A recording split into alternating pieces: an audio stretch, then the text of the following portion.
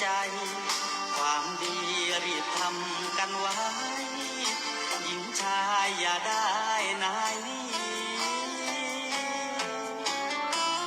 เชิญชวนทุกท่านเข้าวัดเข้าวา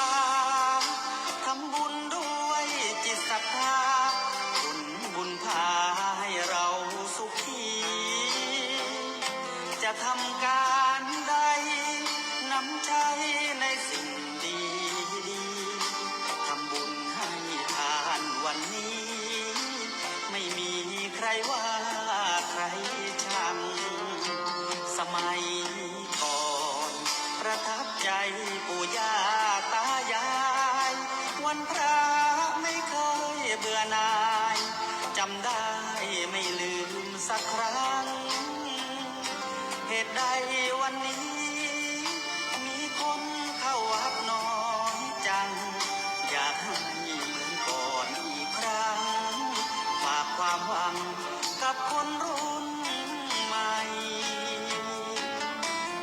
เชิญชวนทุกท่านเข้าวัดเข้าวารับศีลรับพรหลวงตาเสริมคุณค่าให้กับจิตใจกระทำความดีเรื่องนี้ไม่ต้องอายใครว่างจากการงานเมื่อใดเชิญชวนท่านไปทำบุญ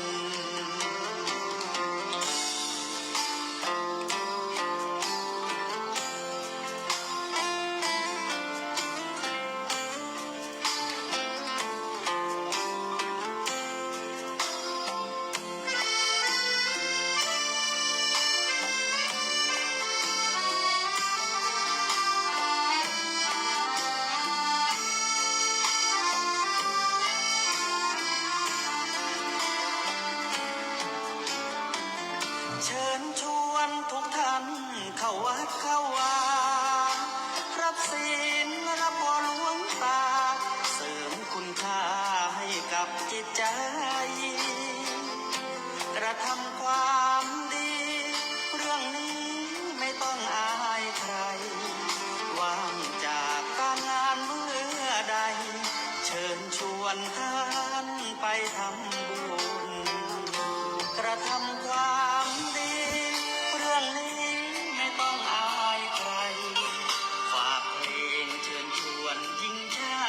ยอย่าอายเรื่องการ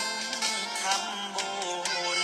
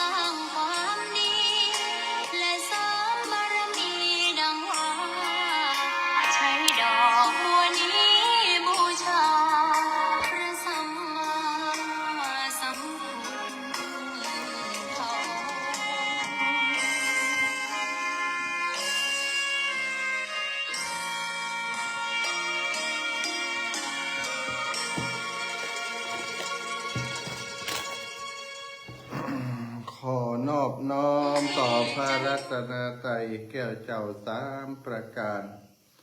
น้อมเอาคุณพระพุทธเจ้า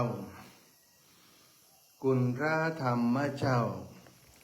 คุณพระสังฆเจ้า คุณพระอรหันตเจ้าอริยสงฆ์เจ้าจุตนจุองค์ได้เมตตาแผ่บารมี มาเป็นนวโลกุตรธรรมปกเกล่าเกษาปกห่มหักษาครูบาอาจารย์พระมหาเถระ พระเถรานุเถระเพื่อนสหธรรมิกสหพรหมจารีทุกรูปทุกองค์ปกห่มหักษาศรัทธาสาธุชนคนดีทุกคนทุกท่านติดตามรับฟังรายการเสียงธรรมยามเจ้าเสียงธรรมแสงอรุณต้อนรับศรัทธาญาติโยมเข้าสู่รายการในเจ้าวันนี้ศรัทธาอีพ่ออีแม่ตั้งหลายต่างน้องเจเจ้าหน้าที่ช่างเทคนิคของสถานีได้แจ้งมาเมื่อสักครู่นี้ว่าสัญญาณการออกอากาศของครูบาอาจารย์ติตังอำเภอเวียงป่าเป้าท่านอาจารย์พระมหาสมชาตินันทธรรมิโกวัดหนองยาวบัดเดียวได้เป็นท่านพระครูแล้วเนาะท่านพระครูอันยังก่อนนะ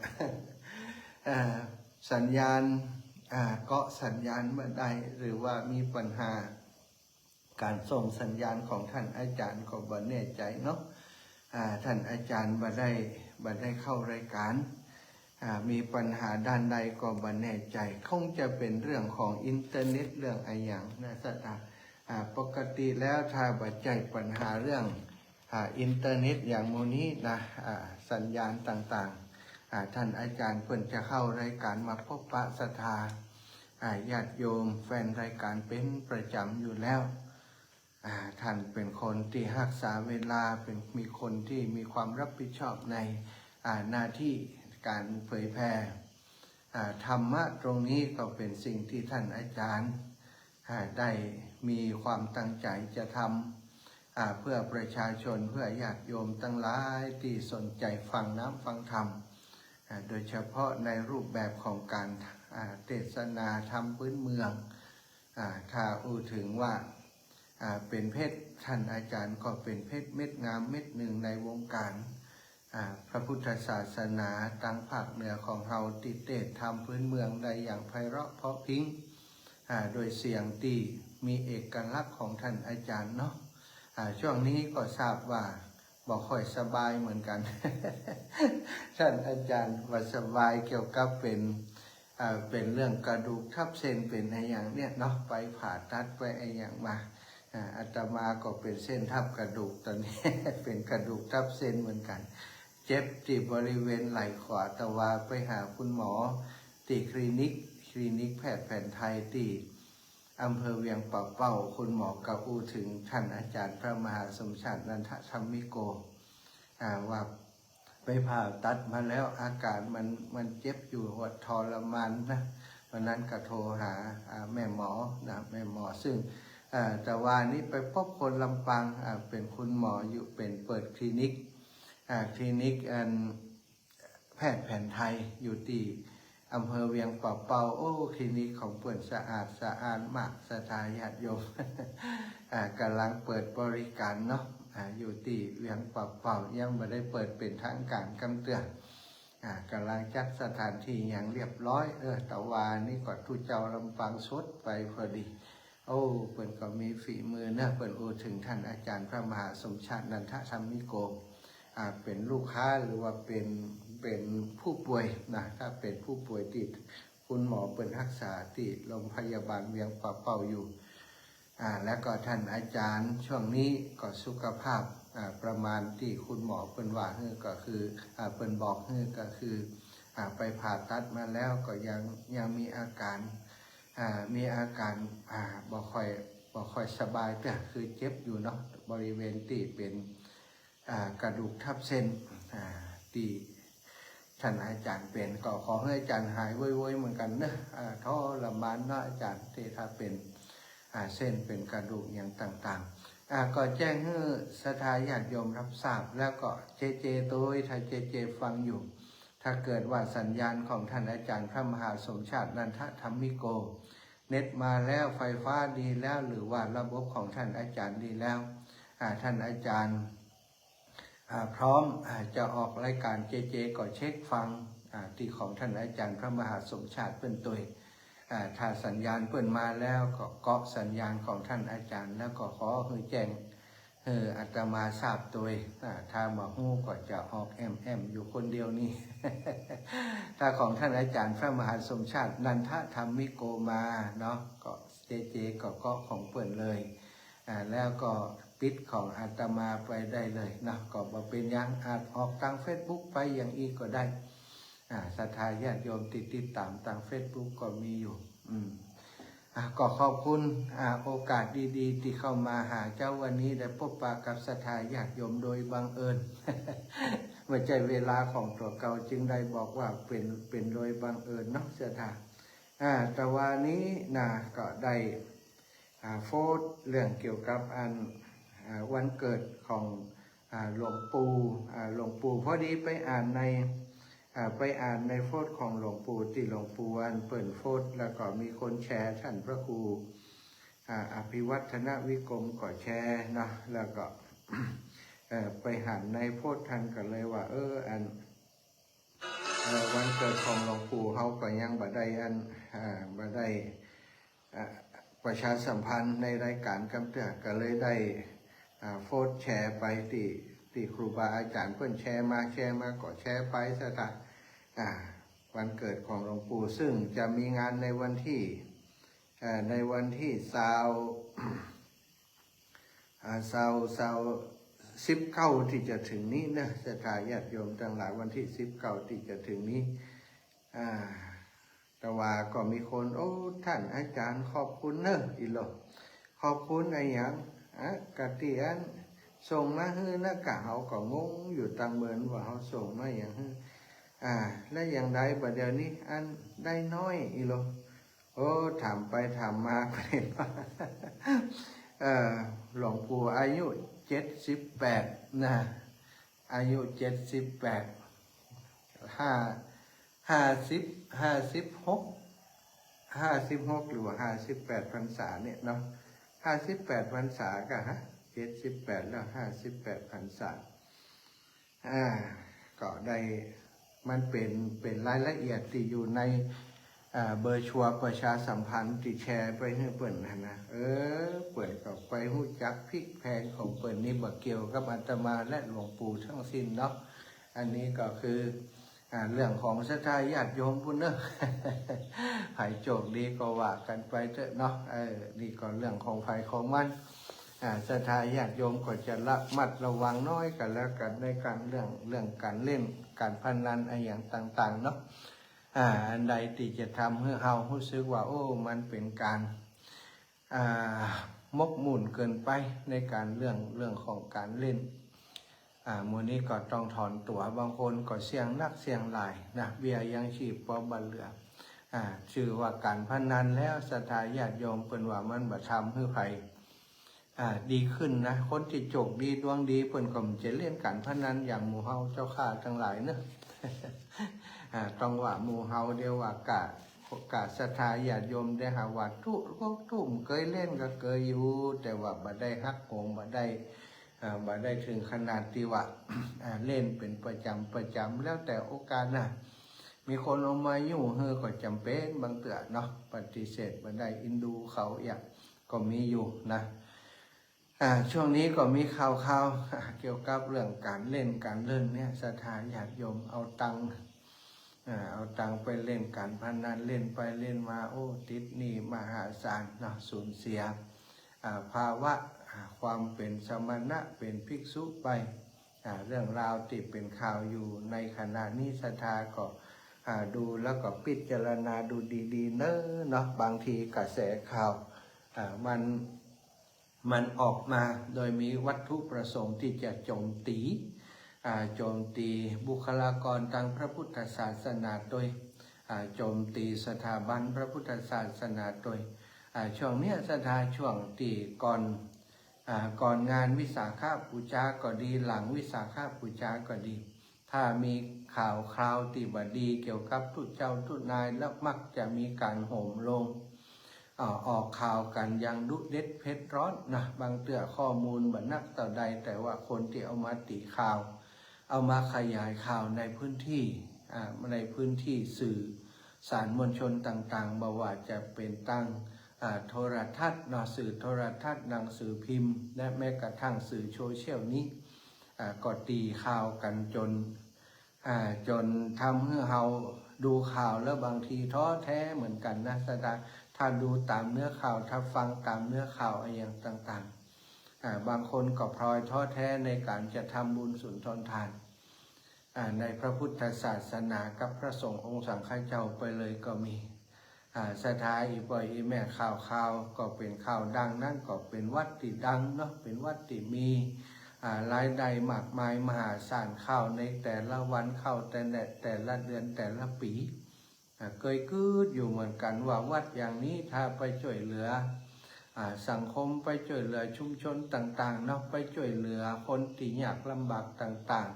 ๆตลอดถึงไปช่วยเหลือโรงเรียน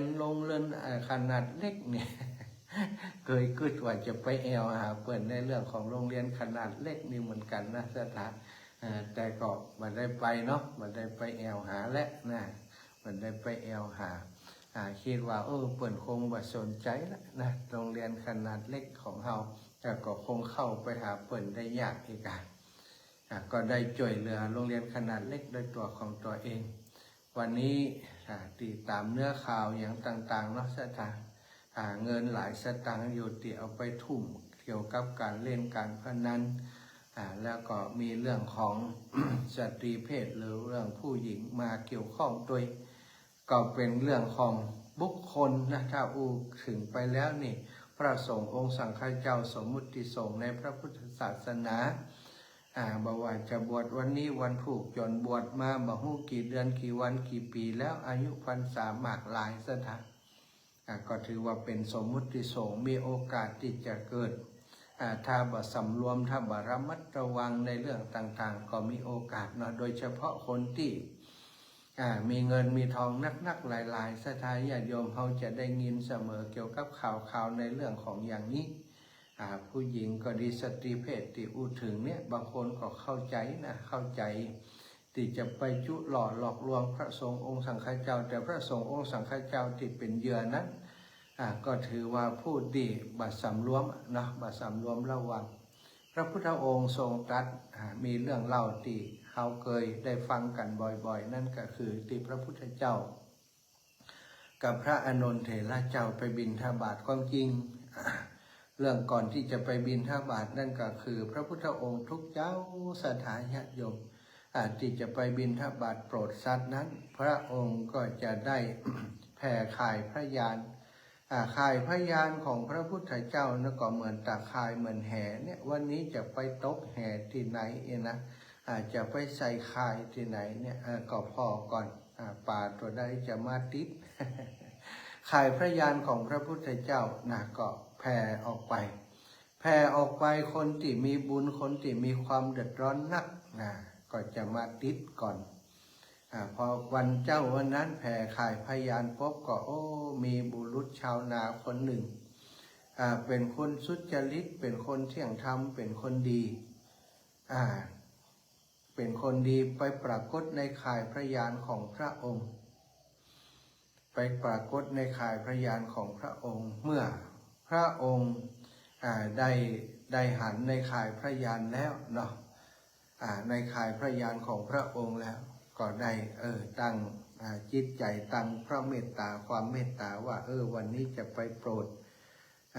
ปรดชาวนาคนนี้สถานชาวนาที่ไปปรากฏในข่ายของพระองค์เมื่อปรากฏในข่ายของพระองค์แล้วเนาะพระองค์ก็ได้วันนั้นก็ไปกุมบาตรถ้าบ้านเฮาก็ไปกุมบาตรแต่เจ้าเลยศรัทธาญาติโยม ไปกุมบาตรแต่เจ้าก็ผ่านไปที่ใกล้ๆบริเวณที่ชาวนาคนนั้นกำลังไถนาอยู่ย้อนกลับไปตอนกลางคืนนั้นโจรทั้งหลายไปปล้นบ้านเศรษฐีในหมู่บ้านแห่งหนึ่งนะในหมู่บ้านแห่งหนึ่งก็ใกล้กับหมู่บ้านที่ชาวนากำลังไถนานั้นนะไปปล้นหมู่บ้านแห่งหนึ่งแต่ปรากฏว่าเศรษฐีเจ้าของทรัพย์นั้นมีคนใจของเศรษฐีสะดุ้งตื่นมาหันแสงไฟวับเวบแล้วก็เห็นเข้าของกระจัดกระจายเลยก็เคาะกระลบกระลาแจ้งให้เศรษฐีแจ้งให้คนในบ้านตื่นขึ้นมาช่วยกันเพราะว่ามีเข้าของเครื่องใจต่างๆหายนะคนทั้งหลายก็เปิดไฟแสงสว่างส่องไฟเคาะกระโหลกกระลากันไล่ทรัพย์หมู่โจรนั่นไปโจรหันคนในบ้านตื่นหู้ตัวแล้วก็กลัวเนาะสถานเพราะว่าในบ้านก็มีการป้องกันอยู่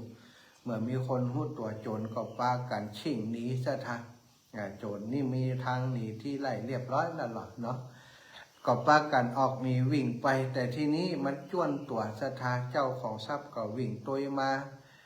ก็กลัวว่าทรัพย์ที่เอาไปนั้นมันจะเขาตัวมาตันเขาจับได้เขาก็จะฆ่าเองก็แยกกันกระจัดกระจายกันหนีก่อนที่จะแยกกันก็เอาทรัพย์ไปจงไว้นี่ในปะลอมข้างปรากฏว่าเป็นข้างเถียงนาข้างไหนาติชาวนาคนนั้นกำลังไถอยู่จงไว้หันกับหลดเข้าป่าไปเปลี่ยนชุดเปลี่ยนหยังเป็นชาวนาเป็นคนที่ไปเสาะนอนนางหางไม้แยกกันไปคนติคนต่างโจรก็ปลอมตัวเป็นเจ้าบ้านจริงๆแล้วก็เป็นเจ้าบ้านนั่นเนาะสตาเจ้าบ้านทั่วไปนั่นแหละเนี่ยแล้วก็เวลากลางค่ำกลางคืนแปลงร่างมาเป็นโจรเนาะ แปลงเป็นร่างมาเป็นโจรอันนี้ก็แปลงร่างมาเป็นชาวไร่ชาวนาแข่งขันไปเก็บนอนนางหางไม้ไปเสาะกว่าหากินไปตามหัวไหลไปนะเดินสวนกับหมู่เจ้าทุกเจ้าทรัพย์ที่หล่นมาท่านไปไหนโอ้โจรมันปล้นเนี่ยโอ้เขาบานไปมาทั้งเพศแล้วหอมหันมาทั้งเพศนะอย่ามีนะครับหันมาทั้งเพศโอ้หันห้อยตีนมันมาทั้งเพศนะหมู่โจรนั่นก็มาหมู่เจ้าทรัพย์ก็ไหลมาหันห้อยตีนอยู่ที่พระพุทธองค์กับพระอานนท์ไปถึงหันปุ๊บพระพุทธเจ้าก็ไปยืนไกลๆกับห่อทรัพย์นั้นสถานก็จี้ฮืออานนท์หันอานนท์อสรพิษอยู่หน้าอันนั้นพระอานนท์ก็จะโง่พออยู่ในอสรพิษพอก็หันเข้าของเงินคำอย่างตีอยู่ในตีโจรเอามาทิ้งตรงหันไปพอก็เป็นทรัพย์สินเงินคำพระอานนท์ก็บอกว่าบัจจัยอสรพิษพระเจ้าค่ะอันนี้เป็นทรัพย์ของไผ่คนใดคนหนึ่งเอามาทิ้งตรงนี้พระพุทธเจ้าก็ว่าอสรพิษอานนท์นั่นคืออสรพิษร้ายว่างั้นขณะที่พระพุทธเจ้ากับพระอานนท์กำลังสนทนากันนะชาวนาก็ไถนาอยู่ก็ยุดฟังพระพุทธเจ้ากับพระอานนท์ไหว้สาพระพุทธเจ้ากับพระอานนท์แล้วก็ฟังสิ่งที่เพิ่นสนทนากันอานนท์เธอหันหรือไม่หันพระเจ้าค่ะนั่นคืออย่างอสรพิษพระเจ้าค่ะ พระอานนท์ก็ว่าอสรพิษพระเจ้าค่ะพระพุทธเจ้าถามถึงสามครั้งสนะเวลาพระพุทธเจ้าถามอย่างจะย้ำทรงย้ำแบบนั้นเธอหันหรือไม่อานนท์เธอเห็นหรือไม่เห็นพระเจ้าข้านั่นอะไรนั่นอสรพิษพระเจ้าข้าอานนท์เธอเห็นหรือไม่นั่นอะไรอสรพิษพระเจ้าข้าถามอย่างนี้ซึ่งคำถามและคำตอบของพระพุทธเจ้ากับพระอานนท์ก็ทำให้ชาวนาคนนั้นได้ยินทุกถ้อยคำสถาเพราะว่ายุดไถนาอยู่ มาได้ขวาซ้ายก่อนเสียงพระองค์ก็ได้ยินอย่างชัดเจนความจริงพระพุทธองค์ก็ตั้งใจให้ชาวนาคนนั้นได้ยินอย่างชัดเจนนั่นเองถึงวายุทธไถนาก็จะได้ยินชัดเจนเพราะเสียงของพระพุทธองค์นั้นอาจจะก้องกังวานไปปุ้นถึงจั้นพรมบุญสถาญาติโยมอีปอยแม่ตั้งหลายถ้าพระองค์ประสงค์ จะให้คนได้ยินอยู่ที่ไหนก็ได้ยินอันนั้นคือพุทธาภินิหารของพระพุทธองค์ท่านเมื่อเสร็จเรียบร้อยแล้วพระองค์และพระอานนท์ก็เสด็จไปบิณฑบาตในกรุงราชคฤห์ต่อไปสถานไปบิณฑบาตเรียบร้อยนะก็ทรงไปฉันที่ป่าแห่งหนึ่งป่าละเมาะแห่งหนึ่งเมื่อไปฉันภัตตาหารอยู่ก็ทรงปฏิบัตินาสถาทรงได้พักผ่อนอยู่ตรงสถานที่แห่งนั้นพอควรส่วนในโจรทั้งหลายก็โตยกันมาสถาโตยกันมาโตยห้อยตีนที่หันนะมาเป็นห้อยตีนมันไปทางนี้ก็โตยไปจนไปพบใส่ทรัพย์ติหมู่โจรทั้งหลายเอาไปจ่งไว้จ่งไว้ที่ข้างป่าเหล่าป่าล้อมที่ข้างนาของชาวนาคนนั้นพอไปพบทรัพย์ก็พอว่าโจรมันอยู่ตั้งไหนโอ้ฮันแล้วแน่มาไถนาอยู่ว่ะ ไอ้หมอนี่มันต้องเป็นโจรแน่ๆนะแท่งคลิเป็นไถนาว่ะว่าหมู่เฮาไปจับมันนะได้ทรัพย์ตัวก็ได้โจรตัวแต่ว่าเป็นโจรตัวปลอมไม่ใช่โจรตัวจริงชาวนาก็ตกอกตกใจไอ้หยังจับผมหยังก็คิงไปลักทรัพย์วันนี้คิงไปป่นบ้านป่นจองเศรษฐานเศรษฐีตะขึ้นไปจับไปส่งพระราชาเพื่อเปิ่นประหารชีวิตมันวันนี้ว่าโอ้ชาวนาก็ตกอกตกใจโอ้เฮาบัดได้ยะนะเฮาได้ยะก็ได้เขาตึ้มฟังสถานมัดแขนแปรหลักทุลูถูกกังเตียวตังไปแบกทรัพย์โดยก้นไปบ่ใจยังได้เถียงกันแต่ชาวนาบอกว่าจะเถียงยังได้บอกว่ามัดบ่ใจจะได้มันก็บอกฟังไอ้โจรตัวจริงนี่หันเปิ่นเอาเจ้านาไปก็โอ้หลอดตัวแล้วกูเนาะโจรตัวจริงก่อนลักคออยู่ที่เป็นคนที่เก็บเข้าไปหานอนนางหางไม้ตามแพะตามปลามันก็สังเกตอยู่ว่าโอ้เขามีตัวที่คนที่เป็นแพะฮับบาปแทนเฮาแล้วนะไอชาวนานี่โจกไล่ไปบ่าคิง โจรก่อนนี้รอบแล้วกันฟ้ากันกลับบ้านกลับจองไปมหาโจรทั้งหลายส่วนชาวนานั่นก็พอโดนจับอย่างอันก่อนระลึกถึงกรรมพระพุทธเจ้ากับพระอานนท์ได้ก็ห้ามไปสุตังนะอานนท์เธอเห็นหรือไม่นั่นอะไรอสรพิษพระเจ้าข่าหันพระเจ้าข่าอสรพิษพระเจ้าข่าหันพระเจ้าข่าอสรพิษพระเจ้าข่าถึงบอกโอ้กรรมอื่นใช่ไหมเปิดหลักไปอย่างไรก็ยิ้มไปโดยพระพุทธเจ้าตรัสอย่างนี้นะสถาญาติโยมกรรมนั้นมันกล้องอยู่ในหูก็ได้ห้ามกรรมนั้นไปจนถึงไปถึงลานประหารลานตัดสินเมื่อเจ้าทรัพย์ทั้งหลายพร้อมกับได้นำหลักฐานทรัพย์สินเงินทองทั้งหลายไปถึงลานตัดสินติถ้าบรรเทาก็ไปถึงศาลพระราชาก็ออกมาพระราชาสมัยนั้นก็ออกมาตัดสินพระราชาประเสนที่โกศลออกมาตัดสินปัญหาพอว่าโอ้ชาวนาอันนี้จะได้คิดตัวเป็นคิปเปอร์คิดตมมันนี่โอ้ท่านเศรษฐีท่านพระราชาเจ้าแต่คืนนี้หมอนี้มันไปปล้นทรัพย์ที่บ้านของข้าเจ้าบัดเจ้าบัดเดี๋ยวนี้มันแข่งคลิว่ามาไถนาอยู่หั่นว่ามันเอาทรัพย์ไปสอนอยู่หิมที่มันไถนาหั่นพระราชาก็ถามจริงหรือที่เปิ่นโจทย์เธอว่าเธอเป็นโจรไปปล้นบ้านเปิ่นจะคืนหู้ก็ว่าเธอไปปล้นจริงหรือไม่ที่เธอไปปล้นบ้านเปิ่นชาวนาก็ว่าบ่ใจพระเจ้าข้าพระองค์เป็นชาวนาจริงๆก็ตื่นเจ้ามาก็ไถนาไปถามไผก็ได้ผมไปไถนาที่หันตึงวันพระเจ้าข้าผมนิสัยอย่างไรเจ้าบ้านเปิ่นก็หู้อยู่ผมไม่ได้เป็นโจรหมู่โจทย์ทั้งหลายก็โจทย์ว่าบาใจได้อย่างไร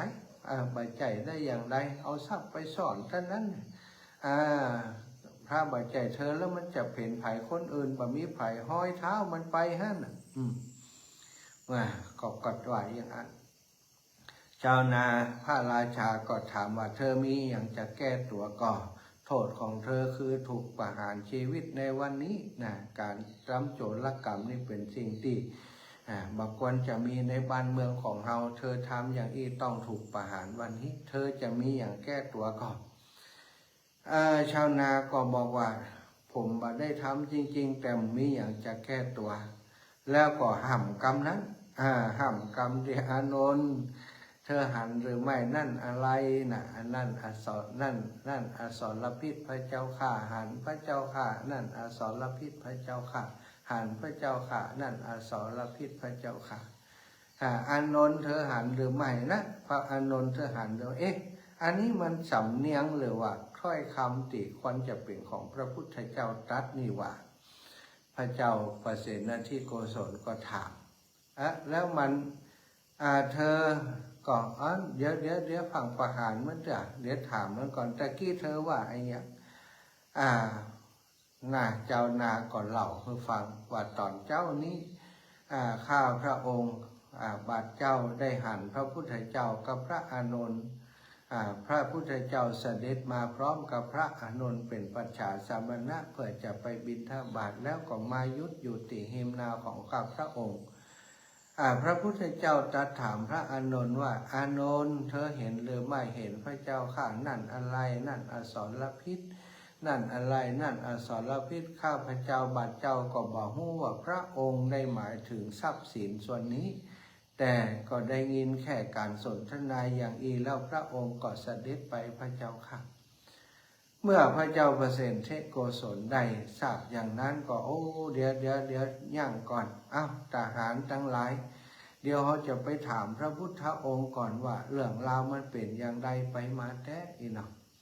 ก็ไปถามพระพุทธเจ้าสถาญาติโยมไปถามพระพุทธเจ้าว่าเรื่องราวที่เจ้านาคนนั้นได้พูดถึงนั้นเป็นอย่างนั้นจริงๆหรือหนักก็ไปกราบบังคมทูลถามพระพุทธองค์ก็ทรงบอกเธอฟังว่าจริงเช่นนั้นท่านเศรษฐีชาวนาคนนั้นบ่ฮู้ว่ามีโจรเอาทรัพย์ไปโจงไว้ที่ปลาเหล่าปลาลอมของตัวเก้าหันเฮากับอานนท์ไปหันใจเขาไปหันเขาก็ถามอานนท์ก็ตอบถามอานนท์ถึง3 ครั้งอานนท์ก็ตอบอย่างนั้นแต่ชาวนาก็บ่ฮู้เขาก็ไถนาไปอยู่เขาก็คงจะคิดว่าเป็นอสรพิษเป็นงูพิษเป็นอะหยังก้าแสดงว่าชาวนาคนนี้เป็นผู้บริสุทธิ์ถ้าสมมุติว่าถ้าสมมุติว่าเขาเป็นโจรจริงๆนี่เขาก็จะสะดุ้งกลัวที่มีคนมาหุ้มมาหันที่ซ่อนทรัพย์เขาจะต้องย้ายไปที่อื่นแต่อันนี้เขาไม่ได้ย้ายไปที่ไหนก็แสดงว่าเขาไม่ได้ทำแล้วก็เขาเป็นผู้บริสุทธิ์ถ้ามีคนมาหันมันจะต้องย้ายสถานอันนี้แกไม่ได้ย้ายแกไม่ได้ยั้งไถนาก็ไถนาไปอยู่จนมีเปิ่นไปยับเอานี่สถานญาติโยมทั้งหลายใน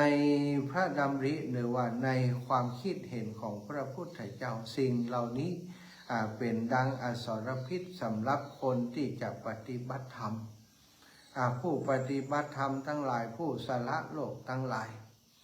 สิ่งแรกที่จะต้องสละคือทรัพย์ภายนอกต้องสละมือใดทรัพย์ภายนอกก็ทรัพย์สินเงินทองเนี่ยสถานที่เปิ่นถือว่าเป็นของมีราคาในความรู้สึกที่ชาวโลกเปิ่นตีราคาหื้อทองก็ดีเพชรนินจินดาก็ดีอย่างต่างๆเหล่านี้มีค่ามีราคาสำหรับมนุษย์คนเฮาเท่านั้นสัตว์ทั้งหลายจ้างม้าวัวควายที่มันบ่ฮู้เรื่องบ่ฮู้ความเอาเพชรไปให้มันก็เอาตีนหย่ำมันก็เอาขวางมันก็ขยี้ขวางทิ้งสถานเนี่ยมันมาได้สนใจเพราะมันมาได้ฮือกะฮือราคาแต่มนุษย์เฮาฮือกะฮือราคามันบางคนนี้เอาสุมาเถอะบางคนนี้เอาเงินเอาทองไปจ้างคนฆ่าคนนี่อย่างอีกก็มีเอาเงินเอาทองไปหลอกไปลวงคนทั้งหลายเสียความบริสุทธิ์ก็มีเอาเงินเอาทองเอาไปซื้อความยุติธรรมเอาเงินเอาทองไปทำในสิ่งที่เรียกว่าเป็นความสกปรกสถานต่างๆมากมาย พระพุทธองค์ของเราเป็นผู้ที่หู้เรื่องนี้ตั้งแต่เป็นพระโพธิสัตว์อ่านว่าทรัพย์สมบัติสถาญาติโยมจักรพรรดินะทรัพย์ที่นักที่สุดนี่จักรพรรดิสมบัตินี่สถาญาติโยมพระพุทธองค์นี่มีครบเลยจ้างแก้วมากแก้วทุกอย่างแก้วหมดพระพุทธองค์มีหมดแต่พระองค์หันว่าสิ่งเหล่านั้นเป็นสิ่งที่จะน่วงพระองค์ให้อยู่กับโลกให้ครองอยู่กับโลกพระองค์ได้สละราชสมบัติทรงออกผนวดหรือว่าออกบวชนั่นเองสถานบัดได้อินังขังขอบบัดได้อะไรในทรัพย์สินเงินคำที่พระองค์มีแต่ประการใดทรัพย์ทั้งหลายที่เกิดขึ้นพร้อมกับพระโพธิสัตว์เจ้าชายสิทธัตถะทุกมุมเมืองสถาทรัพย์สินเงินคำมากมายมหาศาลเกิดพร้อมกับพระองค์ปัดต้องซอกปัดต้องหาเป็นทรัพย์ที่พระองค์สั่งสมมาตั้งแต่อดีตชาติเมื่อเปิ้นเกิดขึ้นมาก็เกิดขึ้นมาพร้อมกับเปิ้นเพื่อจะให้พระองค์ได้ใจแบบสบายมืออย่างทุกวันนี้อย่างเศรษฐีมหาเศรษฐีมีงานเงินเป็นร้อยล้านพันล้านแต่เงินคนทั้งหลายก็ทุกข์เพราะเงินฉะนั้นในมุมมองของพระพุทธเจ้าก็คือสิ่งนี้มันก็เป็นอสรพิษดีๆนี่เองสถาญาติโยมเนี่ยถ้าสตังค์หรือว่าเงินของเฮานี่นะถ้ามีไว้บ่ใช่เพื่อประโยชน์ของผู้อื่นบ่มีไว้เพื่อจะสนองกิเลสของตัวเองมันก็จะเป็นเหมือนอสรพิษที่มาคบกัดเฮาอย่างเงินที่ถึงเนี่ยหลายร้อยล้านพันล้านเอาไปลงกับการเล่นพนันจริงๆแล้วน่าจะเอามาทนุบำรุงพระพุทธศาสนาด้านต่างๆเพิ่นก็ทำไปบางส่วนแหละแต่ว่าเอาไปลงไปสูญเสียในสิ่งเหล่านี้เราทำเพื่อเป็นที่มนหมองแปดเปื้อนของสังคมสงปัจจุบันนี้ในเรื่องราวข่าวสารที่เกิดขึ้นมาลงรายละเอียดกันแล้วกันถ้าไปแล้วมันก็เป็นสิ่งที่ไปตอกย้ำให้ศรัทธาสาธุชนทั้งหลายบาสบายอกบาสบายใจหมู่เฮาทั้งหลายก็เหมือนกันใจทรัพย์ก็ต้องหู้เนาะศรัทธาหาทรัพย์มาได้ก็ใจทรัพย์เก็บไว้เพื่อจะใจประโยชน์ในด้านต่างๆของชีวิตบ่ใจไว้เก็บไว้จนขี้ทีบ่กล้าทำบุญสุนทรทานเหมือนกับอสรพิษมากอดไว้ศรัทธาอีพ่ออีแม่ทั้งหลายเขาก็จะได้ยินข่าวเสมอพ่อแม่มีทรัพย์สินนักเนาะเก็บไว้นักลูกหลานลูกกันแย่งกันนักหนาปาพันก็มีนี่ต้องหู้จักในการใจทรัพย์เป็นพระสงฆ์องค์สังฆเจ้าก็จำเป็นถ้ามีทรัพย์มีอย่างถ้าบ่เอามาช่วยประโยชน์สังคมถ้าจะเอามาหลับมารวยอย่างพี่น้องเจ้าบ้านเพิ่นมันก็เท่ากับว่าอสรพิษไว้กับตัวสุดท้ายก็เกิดปัญหาอย่างนี้